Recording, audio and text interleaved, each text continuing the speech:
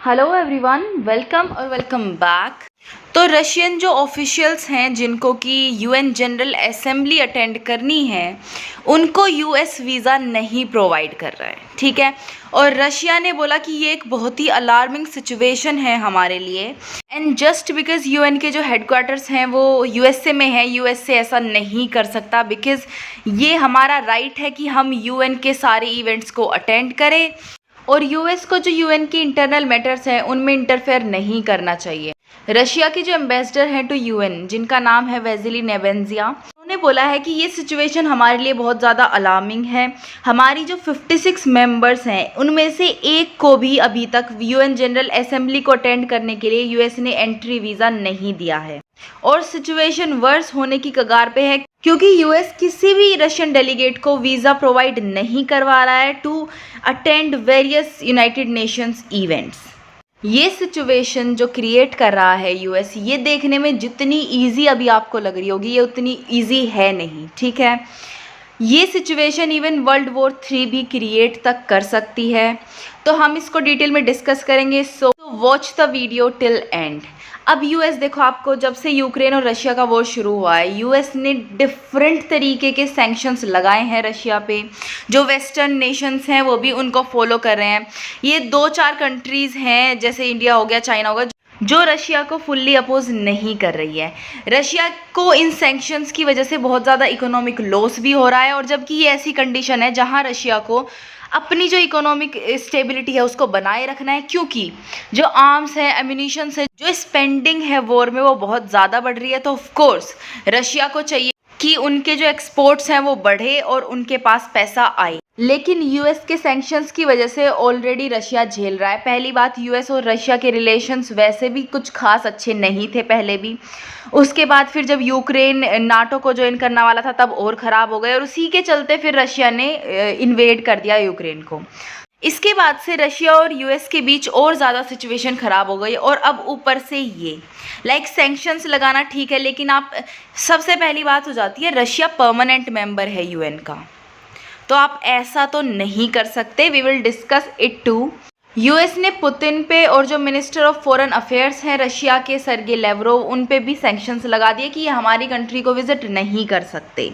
अब इसके रिप्लाई में रशिया ने क्या करा, रशिया ने भी बिडेन पे और जो सेवरल टॉप यूएस ऑफिशियल्स थे उन पर सैंक्शंस लगा दिए कि आप भी हमारी कंट्री में एंट्री नहीं कर सकते जब तक हम ना चाहें। रशिया ने कैनेडियन पीएम पे भी, जस्टिन ट्रूडो, उन पे भी सैंक्शंस लगा दिए कि आप हमारी कंट्री में एंट्री नहीं कर सकते।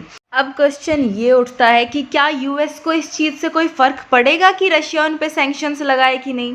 ऑफ कोर्स नहीं, यहाँ पे यूएस ही विनर है, क्योंकि रशिया में कोई ऐसा हेडक्वार्टर्स है ही नहीं जहाँ जाने की यूएस को ज़रूरत पड़े। ज़रूरत अगर किसी को किसी की है तो वो है रशिया को, यूएस की।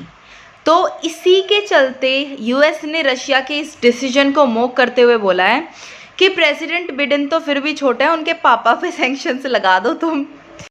एंड ये भी बोला लास्ट में कि मे ही रेस्ट इन पीस। इसका मतलब पता है क्या है कि कितने भी बड़े ऑफिशियल पे, किसी पे भी आप सैंक्शंस लगा लो, हमें फ़र्क नहीं पड़ेगा, क्योंकि हमें ज़रूरत है ही नहीं आपकी कंट्री में आने की। और इसको आगे बढ़ाते हुए यूएस ने रशिया को मोक करते हुए बोला कि ना ही तो हम में से कोई रशिया की ट्रिप प्लान कर रहा है और ना ही वहाँ पे हमारा कोई बैंक अकाउंट है जिसको हम एक्सेस नहीं कर पाएंगे, इसलिए हम अपनी बात को आगे लेके चलेंगे और हम सैंक्शंस जारी रखेंगे, ठीक है। अब देखो, ये ऑलरेडी जो रशिया है वो यूएन ह्यूमन राइट्स काउंसिल से सस्पेंड कर दिया गया है। यूक्रेन ने बोला था इस पे, फिर इस पे जनरल असेंबली में वोट्स हुए थे और ह्यूमन राइट्स काउंसिल से सस्पेंड कर दिया था रशिया को। अब जो यूएस चाहता है कि रशिया को ऑल टुगेदर यूएन से हटा दिया जाए, उसकी परमानेंट सीट से हटा दिया जाए। लेकिन क्या ऐसा हो सकता है वो हम बाद में डिस्कस करेंगे। पहले हम ये डिस्कस करते हैं कि इस मूव की जो कॉन्सिक्वेंस हो सकते हैं वो क्या हो सकते हैं। वर्ल्ड वॉर 3 होने के पूरे चांसेस हो सकते हैं अगर यूएस ने समझदारी ना दिखाई और रशिया के ऊपर से ये सैंक्शंस हटा के उनको वीज़ा नहीं दिया, क्योंकि यूनाइटेड नेशंस बना ही इसलिए है कि वर्ल्ड वॉर 3 ना हो जाए, वर्ल्ड में पीस रहे, डिफरेंट कंट्रीज़ के बीच अगर कोई इश्यू होता भी है तो वहाँ आके अपनी अपनी बात रख के उस चीज़ को रिजोल्व करा जा सके without creating a war of और fight between the two nations. लेकिन रशिया देखो वैसे ही बहुत एग्रेसिव स्टेप्स ले रहा है फ़िलहाल के टाइम पे। अगर यूएन से हटाते हैं या हटाने की बात भी होती है या फिर ये सैंक्शंस लगा के उनको वीज़ा नहीं देते हैं, तो रशिया एग्रेसिव एक्शंस ले सकता है और जो कोई भी कंट्री नहीं चाहेगी। बिकॉज अगर रशिया और यूएस के बीच कुछ होता है ना, तो फिर वॉर जो होगी वो एक बहुत बड़े लेवल पे होगी और मतलब बहुत ही बुरे इसके कॉन्सिक्वेंसेस होंगे, ठीक है। तो अभी क्या करना चाहिए, यूएस को समझदारी दिखानी चाहिए, रशिया को एटलीस्ट यूएन के जो इवेंट्स हैं उनसे नहीं रोकना चाहिए, वीज़ा उनको दे देना चाहिए, क्योंकि यूएन का मैटर है और रशिया एक परमानेंट मेंबर भी है तो उसका होल्ड भी बन जाता है। तो यूएस को अभी चीज़ें समझनी चाहिए। अब अगर क्वेश्चन उठता है कि क्या रशिया को रिमूव करा जा सकता है यूएन सिक्योरिटी काउंसिल से, तो आंसर है नो, क्योंकि जो 5 परमानेंट मेंबर है ना, उनको हटाने का कोई मैकेनिज्म है ही नहीं, दिया ही नहीं है। दूसरी बात, अगर किसी मेंबर को हटाना होता है यूएन सिक्योरिटी काउंसिल से, उसका ये प्रोसेस है कि पहले सिक्योरिटी काउंसिल में वोट्स होंगे, वहाँ पे अगर कोई अगेंस्ट वोट नहीं आया उसके बाद वो बिल जाएगा जनरल असेंबली में, फिर वहाँ वोट्स करवाए जाएंगे और जो भी मैक्सिमम वोट्स जिसके पास होंगे वो वाला डिसीजन लिया जाएगा। लेकिन जब रशिया की बारी आती है, रशिया एक परमानेंट मेंबर है, अगर कोई ऐसा बिल रशिया के अगेंस्ट जारी होता भी है यूएन में, तो रशिया सबसे पहली बात है खुद ही उसको अगेंस्ट वोट करके और उसको सिक्योरिटी काउंसिल में ही रोक दिया जाएगा। वो जनरल असेंबली तक पहुंचेगा ही नहीं कि वहाँ पे उसके लिए वोट हो। तो इसलिए रशिया को हटाना from UN is simply impossible. And this was the video for you guys. I hope you loved it. If you did, please give it a thumbs up and subscribe to my channel, and I'll see you in the next video. Till then, stay happy, healthy, and bye.